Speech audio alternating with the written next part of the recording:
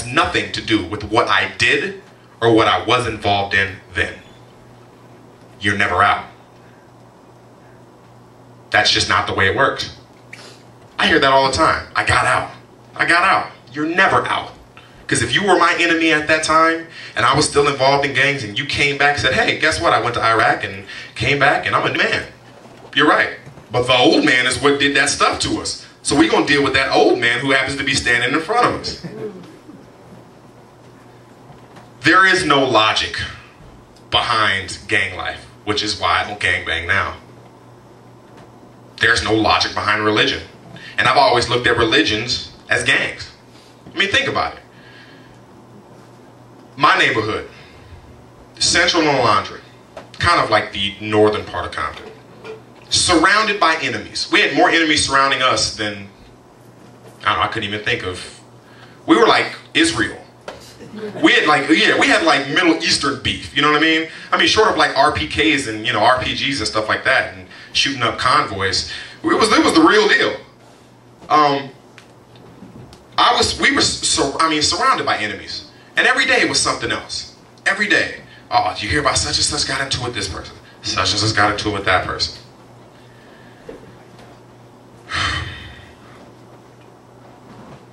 I remember when a friend of mine, they used to call him Black. I remember when Black got shot. It's funny, Black was actually a light-skinned dude. Just something random I decided to throw out there. I remember when Black got shot. Black didn't die. But Black getting shot had no bearing on if he would leave the gang or not. If he would leave the neighborhood.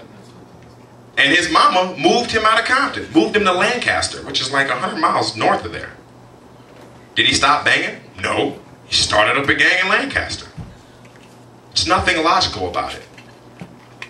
That's gang life.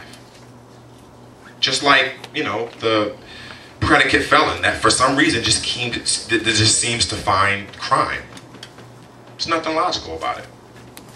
Which is why I'm not involved in it today.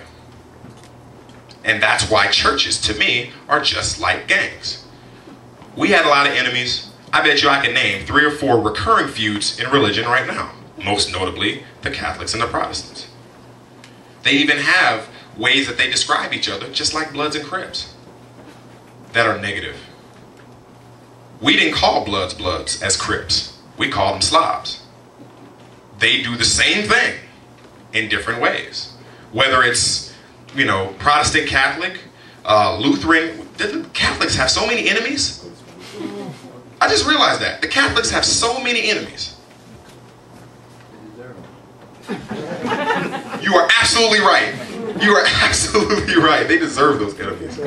Those guys and the Mormons. I love taking shots at the Mormons. What else we got? I'm sorry, I'm rambling on. What you got? Actually, I'd like to say here the second part of that question. Oh, the morals, right? Oh, okay. That's an easy question for me to answer. I developed my morals after I left religion with the social contract, basically, and this has nothing to do with religion or Christianity. I know a lot of people like to say it does, but this predated Christianity or any type of religion. Basically, treat others the way you want to be treated. You don't want nobody to come in your house and steal from you. Somebody comes in my house and steals from me, I'm gonna beat them up. I'm 6'4", about 240 pounds. Take somebody to fight, no? So basically, treat others the way you want to be treated.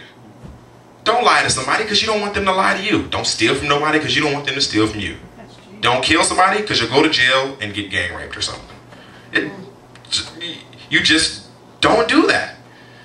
It's not hard. Most of the stuff that's gray area or wishy-washy or whatever the case may be, most of that stuff, use a little, I'm not going to say common sense, because I was told today that that's not really politically correct.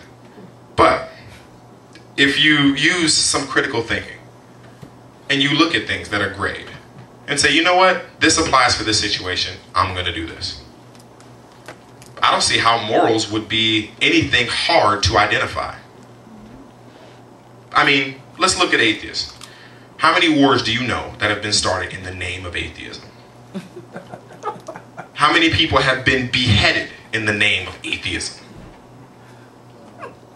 Do we know? Do we got people? Atheists, I don't know whether they did it in the Right, because of their atheism. Right, what I'm saying is atheist was the motivation. Okay. I just want to make sure, because that was going to destroy my entire argument. I'm so glad you didn't do that.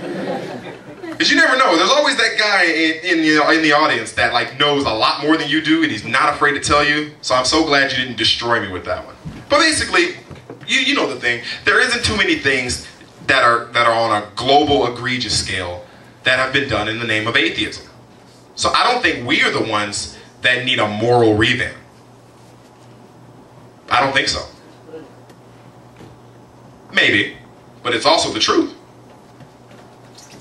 From my perspective. One would argue that communism did a lot of things based on the true philosophy of atheism.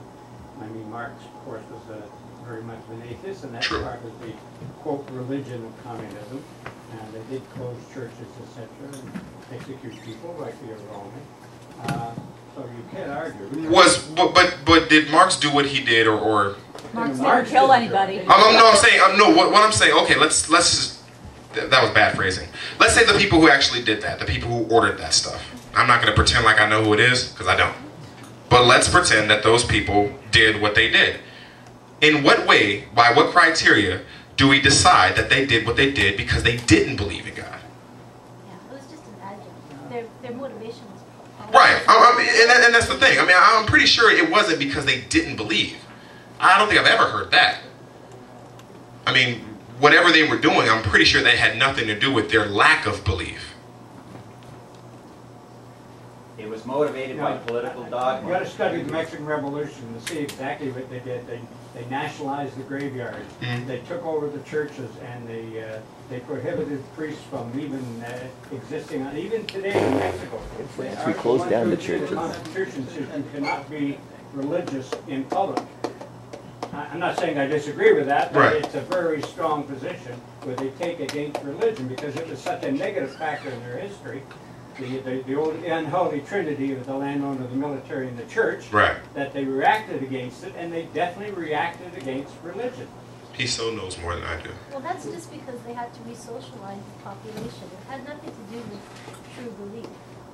Well, it's all political. Money, politics, power. And I think well, like I said, I think it goes back to what my argument was simply, while the things did happen that I guess, I'm not going to say we're atheist in nature or not, but I just don't see how what they did was, why they did what they did because of the lack of belief. Maybe politically they saw the dangers in religion, and of course maybe they went too far, took it overboard, or whatever. But I fail to see how they did what they did because they didn't believe in whatever it was. Well, the basic of religion, one of the evil parts of religion, is self-righteousness. But that can also be true in nationalism and their isms.